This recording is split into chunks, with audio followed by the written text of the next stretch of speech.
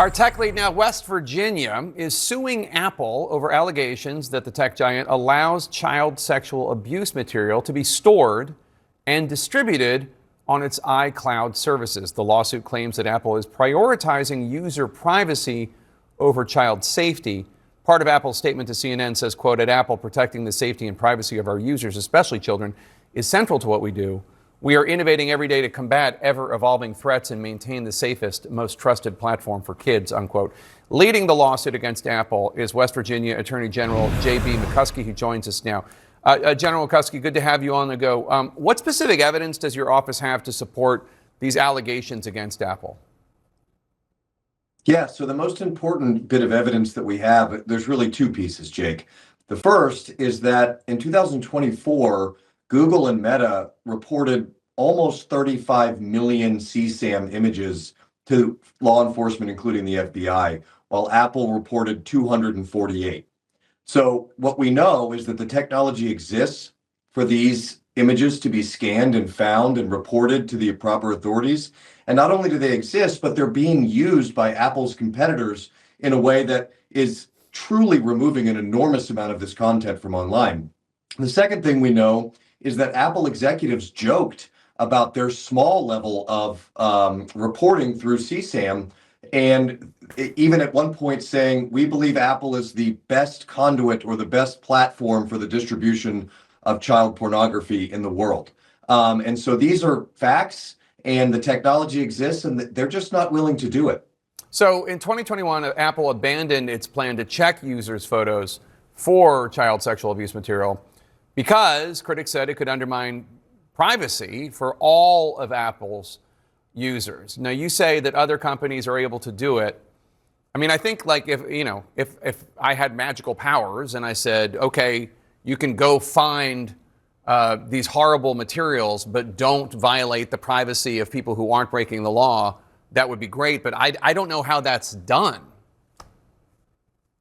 Yeah, so it's actually a fairly simple process, Jake. And I will tell you, I'm not going to comment on whether or not you have magical powers or not. I'm sure some people think you do.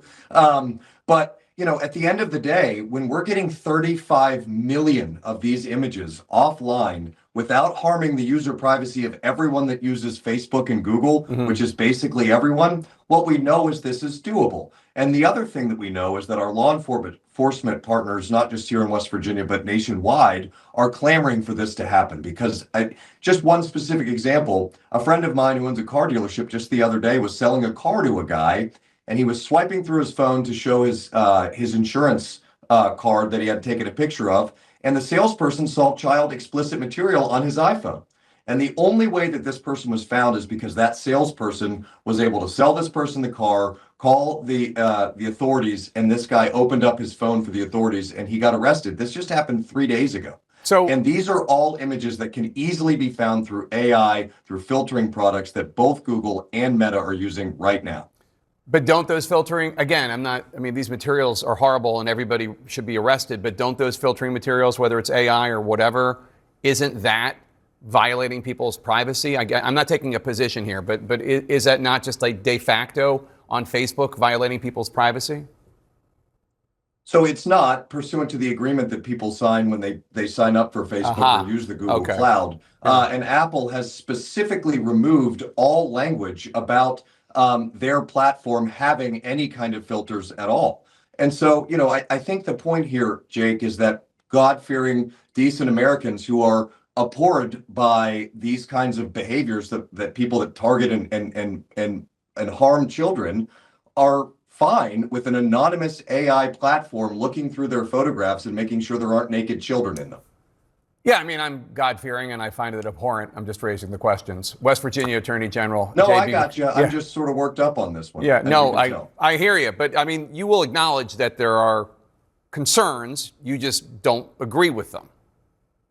Yeah, and so I think the concern is real, right? And to be fair, my kids have Apple products. I'm being broadcast to you right now on an Apple iPad. And there's a lot of things Apple does that makes it easier for me to be a parent. Time limits in their statements sort of speak to that. And they say, we want to protect children. Well, they do actually protect children from seeing bad images. What they don't do is protect children who are being trafficked and abused and having photographs taken of them. And so they're really two different things. And it's a little bit of a gaslighting exercise in their statement there, just in general, in my opinion. Attorney General J.B. McCuskey of the great state of West Virginia. Thanks for coming on. Appreciate it, sir.